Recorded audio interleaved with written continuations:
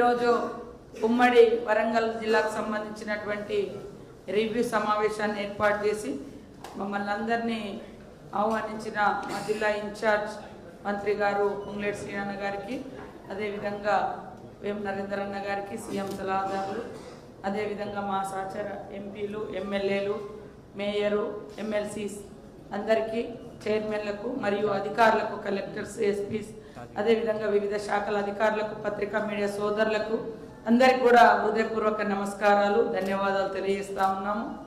ఈరోజు చాలా డీటెయిల్డ్గా జిల్లా అభివృద్ధికి సంబంధించినటువంటి రివ్యూ సమావేశాలు రివ్యూని ఏర్పాటు చేసుకోవడం జరిగింది. ఖచ్చితంగా డే బై డే వరంగల్ను మరి హైదరాబాద్తో పోల్చుకొని హైదరాబాద్ తర్వాత మరి అంత స్థాయిలో డెవలప్ చేసే విధంగా ఒక సంకల్పాన్ని పెట్టుకొని మన ముఖ్యమంత్రి రేవంత్ రెడ్డి గారు మరి ముందుకెళ్ళడం జరుగుతూ ఉంది. దానిలో భాగంగానే గతంలో మరి ఎప్పుడో విమానాశ్రయం కోసం ట్రై చేస్తే అది గత 10 సంవత్సరాలు తెలంగాణ ప్రత్యేక రాష్ట్రంలో కూడా మనం సాధించుకోలేకపోయినాం. దానితోటి వరంగల్ యొక్క గొప్పతనాన్ని, వరంగల్ యొక్క అవసరాన్ని గుర్తించి మరి ప్రాంతాన్నంతా కూడా గతంలో పర్యటించి ఇప్పుడు మరి ఎయిర్పోర్ట్ను కూడా ఇక్కడికి తీసుకురావడం, ఇది వారికి మన ఉమ్మడి వరంగల్ జిల్లా మీద ఉన్నటువంటి అభిమానానికి, శ్రద్ధకు నిదర్శనం అని కూడా ఈ సందర్భంగా తెలియజేస్తా ఉన్నాను. అదేవిధంగా మనందరం ఒకప్పుడు ఉమ్మడి జిల్లాగా ఉన్నప్పుడు అందరి పాత్ర మేడారంలో ఉండేది. కాబట్టి ఇప్పుడు కూడా అధికారులందరూ, అదేవిధంగా మీడియా సోదరులు మరి ఓరుగల్లు పోరుగల్లు తర్వాత అని ఎట్లయితే కాకతీయుల కాలం అంటామో సేమ్ ఈక్వల్గా అదే టైంలో సమ్మక్క సారలమ్మ కాలం కూడా నడిచింది. సో వాళ్ళు ఈరోజు మా ఇంటి ఇలవేల్పులే కాకుండా, ఆదివాసులకే కాకుండా మరి గిరిజనేతరులకు కూడా కోట్లాది మంది గుండెల్లో కొలువుదీరినటువంటి దేవతలు, పొంగు బంగారం లాగా కోరుకున్న కోరికలు తీరుతున్నాయి. కాబట్టే కులము, మతము, ప్రాంతము అని తేడా లేకుండా పెద్ద ఎత్తున భక్తులు వస్తూ ఉన్నారు. ఆ భక్తుల వచ్చేటువంటి సౌకర్యార్థం దాదాపుగా 6 నెలల క్రితమే మన ప్రభుత్వం 100 కోట్లను రిలీజ్ చేయడం జరిగింది. ఏది ప్రతి 2 ఏళ్లకు ఒకసారి జాతర మనం నిర్వహించుకుంటాం కాబట్టి నిర్వహణ కోసం. అట్లనే మరి జాతరతో పాటు ఇప్పుడు మనం ఎంచుకున్నది గద్దెల పునరుద్ధరణ, ఆలయ ప్రాంగణ పునరుద్ధరణ.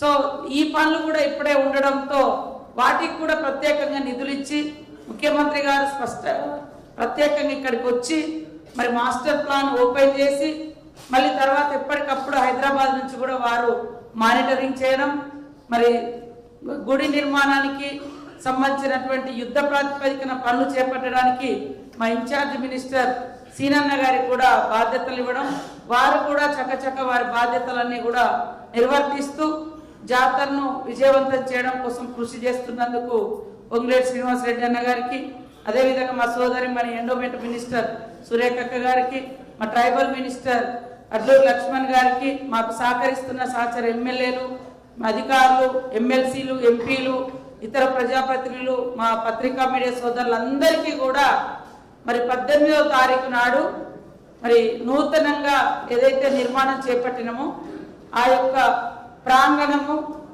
పునరుద్ధరణ ఓపెనింగ్ కార్యక్రమానికి 18వ నాడు సాయంత్రం ముఖ్యమంత్రి గారు వస్తున్నారు. అక్కడే బస చేస్తారు మేడారంలో.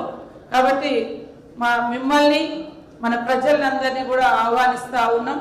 అదేవిధంగా 19వ తారీఖు నాడు ఉదయమే మరి 7-8 గంటల మధ్యనే ముహూర్తానికి మరి గుడిని కూడా ప్రారంభించడం జరుగుతుంది ముఖ్యమంత్రి గారి చేతుల మీదుగా. అందుకనే రాష్ట్రంలో ఉన్నటువంటి అధికారులకు, ప్రజాప్రతినిధులకు, ప్రజలకు ఈ సందర్భంగా మీడియా ద్వారా తెలియజేస్తా ఉన్నాం. అందరికీ మేడారానికి 18, 19 నాడు ఓపెనింగ్ ఉంది. నూతన గుడి నిర్మాణం ముఖ్యమంత్రి రేవంత్ రెడ్డి గారి చేతుల మీదుగా మరి ప్రారంభోత్సవం ఉంటుంది. నిన్న కూడా చాలా మంది ఎమ్మెల్యేలకు, ఆల్ పార్టీస్ ఫ్లోర్ లీడర్లకు అందరినీ కూడా పర్సనల్గా కలిసి ఆహ్వానించడం జరిగింది. అందరూ మరి రావడానికి సిద్ధంగా ఉన్నందుకు అందరికీ ధన్యవాదాలు.